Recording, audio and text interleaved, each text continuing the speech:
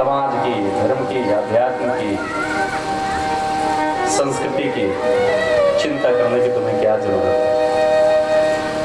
आत्म केंद्रित जीवन जीना सिखाते हैं। पर हमारे ऋषभदेव अपने बच्चों को बुलाकर सिखाते हैं, मनुष्य शरीर भोग के लिए नहीं मिला, मनुष्य शरीर भजन के लिए मिला।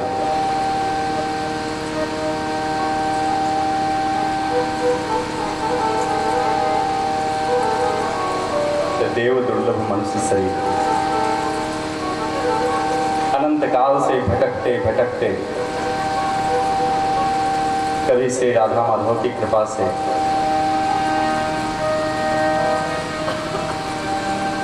यह मानव तन मिलता है, केवल इसीलिए कि हम ठाकुर जी का भजन करके, उन्हीं का चिंतन करके, उन्हीं का स्मरण करके, उन्हीं का सेवन करके ठाकुर जी को ही प्राप्त कर ले।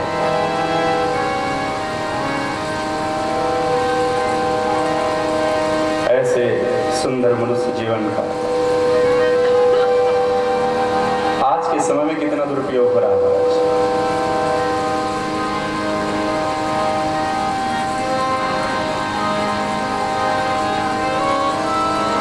जीवन का कोई ठिकाना नहीं। कल आपने सुना था, सज धज कर जिस दिन मौत की शहजादी आएगी, न सोना काम आएगा ना, इतना नश्वर जीवन है। फिर भी हमारा अहंकार कितना बड़ा है, हमारी योजनाएं कितनी बड़ी है, जीव मनोरथ कितना करता है।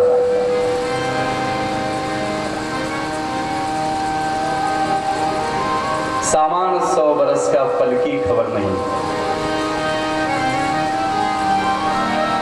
अभी आपको 50-100 किलोमीटर कहीं यात्रा पर जाना हो तो साथ में कुछ ले जाते हैं, खाद्य सामग्री, कलेवा, कुछ टिफिन ले जाते हैं।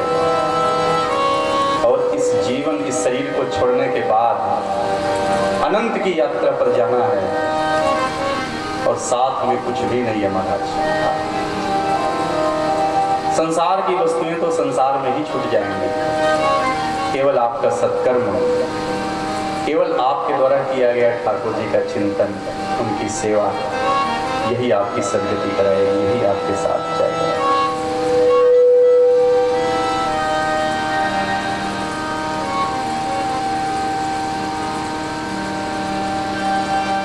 एक ऋषभदेव के एक पुत्र ने पूछ लिया कि पिताजी हमें क्या करना चाहिए। बहुत सुंदर भगवान ऋषभदेव कहते हैं, मत कर्म भी मत कथया च नित्यम, मत कर्म भी मत कथया च नित्यम, मत देव संगात गुण कीर्तनान में, निर्वैर्य साम्योपसमेन पुत्रा, जिहासया देह गेहात्म बुद्धे। कहते कुछ भी न करो, केवल एक काम कर लो, जो भी करो वो सब मेरे लिए करो, मुझको अर्पित करके करो, कर्ता मुझे ही बना दो। मेरे गुणों का, मेरी कथाओं का नित्य श्रवण करो, मेरे धाम का चिंतन करो, सभी में मेरा ही स्वरूप देखकर सबसे प्रेम करो। जो देह में आत्म बुद्धि है इसका परित्याग करो। कितनी सुंदर सीख देते हैं।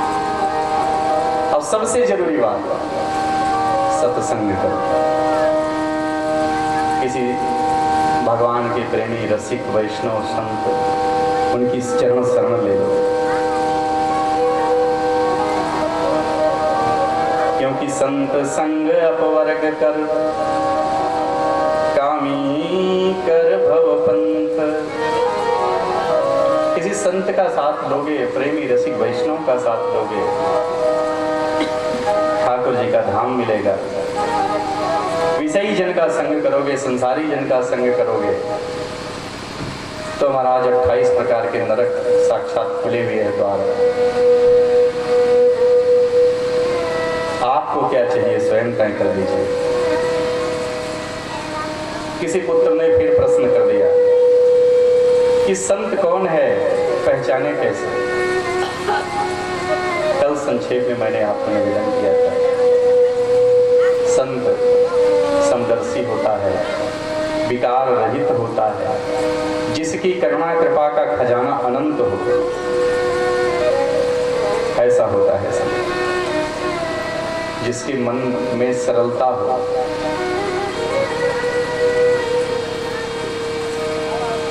जिसका दर्शन करते ही चित्त शांत होने लगे, उसके चरणों में अपना सर्वस्व लुटाने का मन करने लगे। कभी किसी ऐसे विरक्त प्रेमी संत वैष्णव से प्रेम करोगे तब समझोगे क्या दशा होती महाराज। मेरा अनुभव है, व्यक्तिगत अनुभव है। संसार में मेरे सदगुरुदेव भगवान से ज्यादा सुंदर, उनसे ज्यादा प्रिय, उनसे ज्यादा करुणाशील, उनसे ज्यादा सरल, उनसे ज्यादा संशय छेदन करने में समर्थ मुझे तो कोई दिखाई नहीं देता। सारे रूप जाकर गुरु जी में समाप्त हो जाते हैं।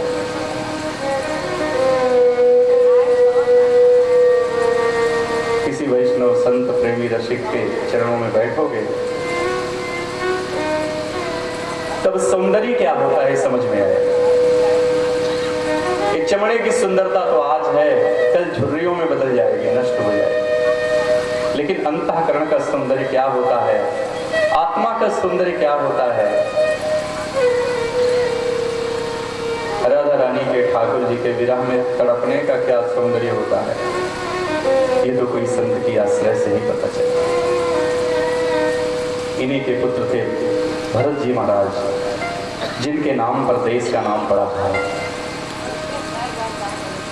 प्रजा का प्रेम पूर्वक पालन करते हैं। कहते 1 करोड़ वर्ष तक शासन किया,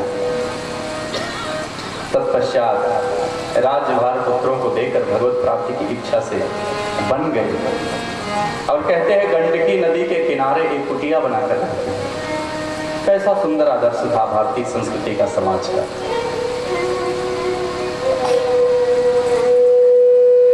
आखिर समय हमको ठाकुर जी के लिए देना है। आज देखिए क्या संस्कृति है, अंतिम समय तक जीव केवल संसार की चिंता में लगा रहता है। कहते हैं एक कोई गृहस्थ थे, अंतिम समय आ गया उनका, मरने वाले थे महाराज। सब बाल गोपाल घेर के खड़े हैं। जिन पशुओं की सेवा बड़े प्रेम से किया करते थे, वह पशु ही कातर नेत्रों से निहार रहे। तो कुछ बोलने की इच्छा उनको हुई, कुछ बोलना, कहना चाह रहे थे। कंठ अवरुद्ध था।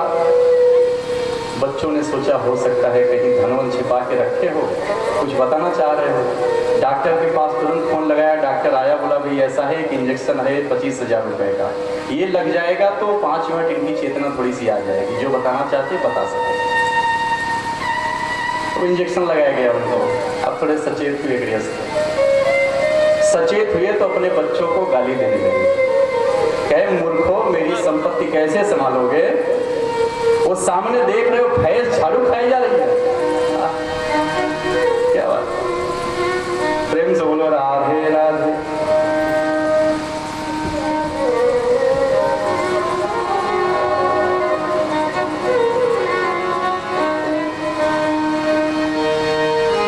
आज झांकी होगी ना ठाकुर जी की, तो सखिया हमारी सब एकदम तैयार है। सिब्बू भी आ गई है, ये मुख्य अभिनेता ही है। तो कहने का तात्पर्य, जीवन में हमारी सार्थकता हो। आखिर समय में भैंस और झाड़ू का चिंतन करना चाहिए।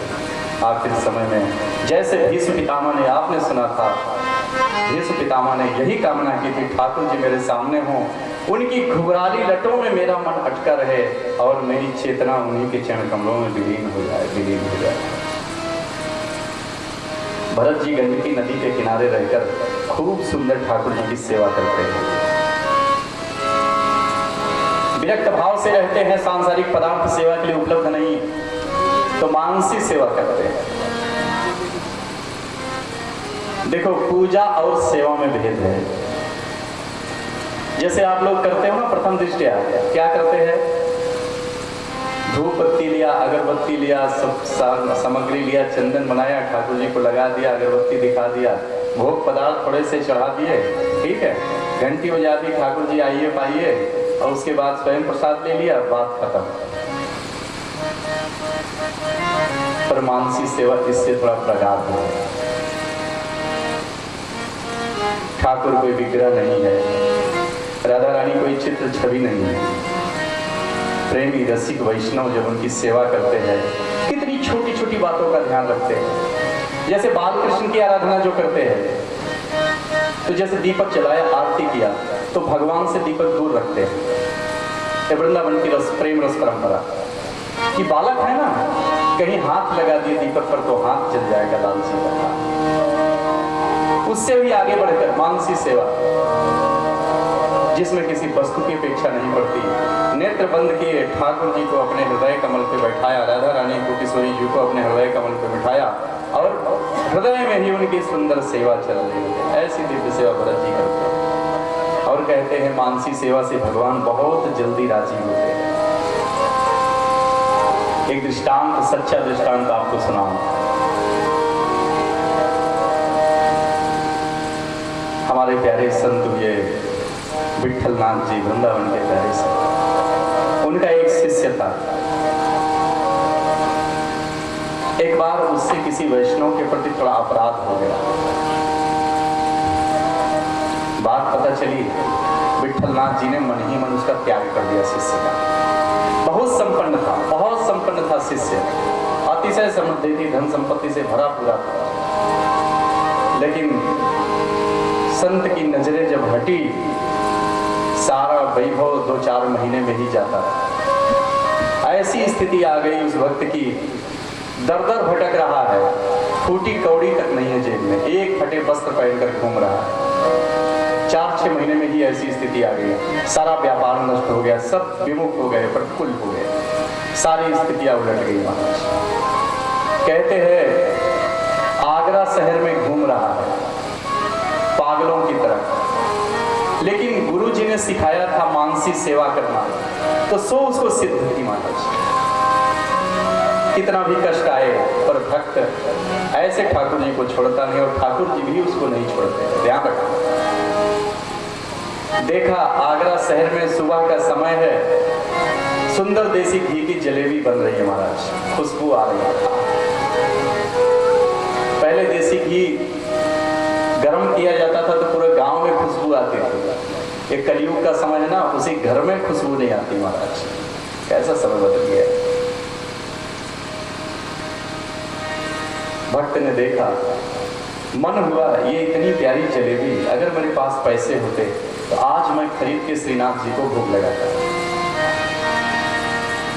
और कहते हैं मन ही मन, उसने कहा मानसी सेवा सिद्ध थी उसको, मन ही मन उसने जलेबी खरीदी, ठाकुर जी के पास ले गया और